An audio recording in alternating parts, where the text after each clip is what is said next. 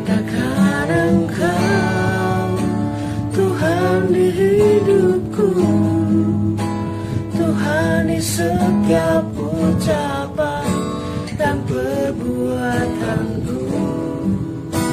Ku nyatakan Engkau Tuhan di hidupku, Tuhan yang selalu ku sembah di setiap nafasku.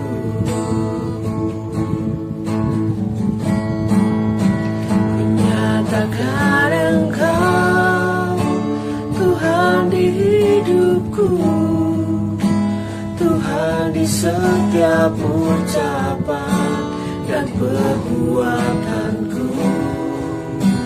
Ku nyatakan Engkau Tuhan di hidupku, Tuhan yang selalu ku sembah di setiap nafasku. Tuhan yang selalu ku sembah di setiap nafasku. Tuhan yang selalu ku sembah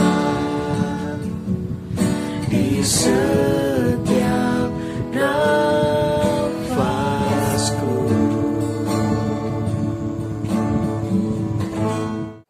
Mari kita berdoa dulu. Tuhan, kami mengucap syukur Tuhan buat semua anugerah-Mu Tuhan, buat setiap kami Tuhan. Kami percaya Roh Kudus Engkau tetap memimpin kami hingga sampai saat ini Tuhan. Kami penuh dengan sukacita. Kami mau mendengarkan firman-Mu Tuhan. Berfirmanlah Tuhan, kami mau duduk diam dan kami mempersiapkan hati dan pikiran kami Tuhan untuk mendengarkan pesan dari Tuhan. Ajar kami Tuhan dan biarkan Roh Kudus-Mu memampukan kami untuk mengerti dan memahami apa maksud dari Tuhan. Dalam nama Tuhan Yesus Kristus, haleluya, amin. Salam saudariku yang terkasih dalam Yesus Kristus. Berjumpa kembali dalam ibadah Family Altar Wilayah Sawahan. Pada kesempatan ini, izinkan saya mengucapkan Dirgahayu Republik Indonesia yang ke-75. Sekali merdeka, tetap merdeka. Ayat hafalan kita minggu lalu terambil dalam Amsal 16 ayat 24. Perkataan yang menyenangkan adalah seperti sarang madu, manis bagi hati dan obat bagi tulang-tulang. Minggu lalu kita membahas makna lidah bagi orang lain, yaitu 1. Perkataan kita dapat memberikan semangat bagi orang lain. 2. Perkataan kita dapat menjadi berkat bagi orang lain.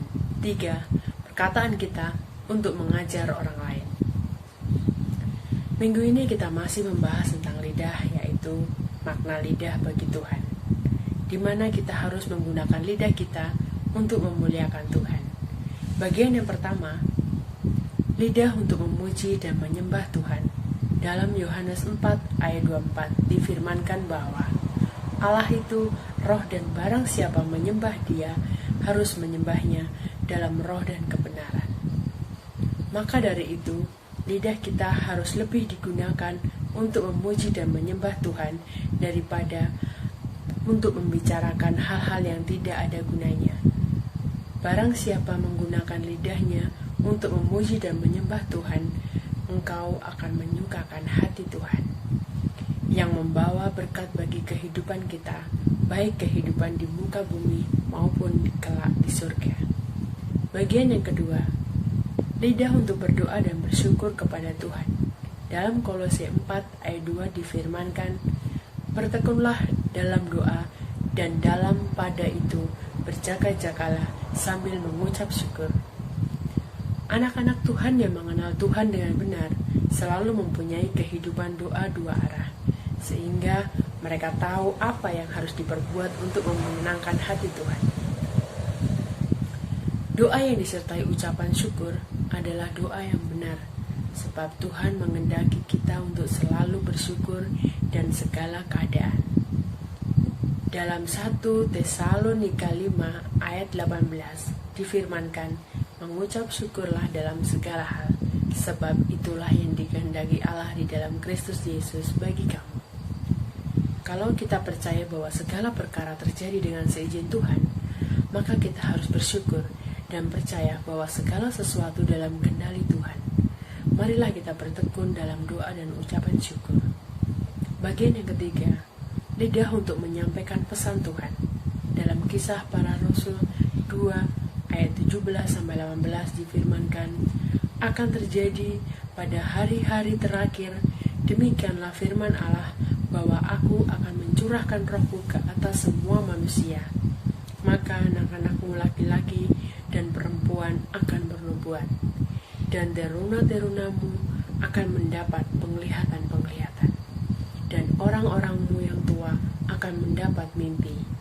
Juga ke atas hamba-hambaku laki-laki dan perempuan akan kucurahkan rohku pada hari-hari itu, dan mereka akan bernubuat. Pada akhir zaman akan ada banyak anak-anak Tuhan yang dipakai untuk menyampaikan pesan dari Tuhan untuk jemaatnya. Tetapi perlu diingat bahwa semua pernyataan itu tetap perlu diuji. Jika benar dari Tuhan, pasti digenapi. Mari kita tetap berdoa agar lidah kita benar-benar peka akan pesan dari Tuhan. Mari kita renungkan, sudahkah kita menggunakan hari-hari kita untuk benar-benar memuji dan memuliakan Tuhan? Dan bagaimana dengan saat teduh kita?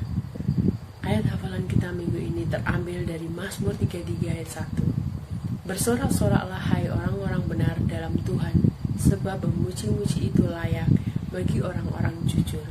Tuhan Yesus memberkati.